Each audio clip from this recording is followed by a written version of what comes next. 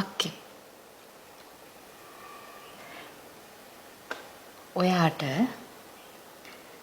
විශ්වබන්ධුව අයියා වෙන ගෑනු කෙනෙක් හම්බෙන්න කියලා ආරංචි වුණොත් ඔයා මොකද කරන්නේ? මලාට එහෙම ආරංචියක් එන්නේ නැහැ. හරි එහෙම ආරංචියක් ආවොත්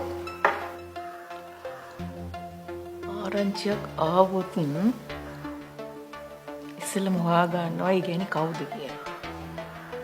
ඊට පස්සේ මම ලොකු තෑග්ගක් අරගෙන යනවා යාව හම්බ වෙන්න. ගිහිල්ලා thank you කියලා එනවා. මොනවාද අක්කෝ මේ කියන්නේ? ඔයා මොකටද ඒ ගෑනට තෑග්ගක් කරන් යන්නේ? අපේ මිනිස්සයාගේ කාම නිල තාම වැඩ කියලා මට ඔප්පු කරාට.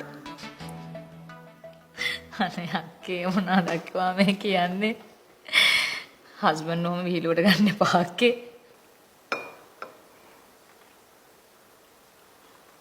ඒවා විහිළුම නෙවෙයි නංගි.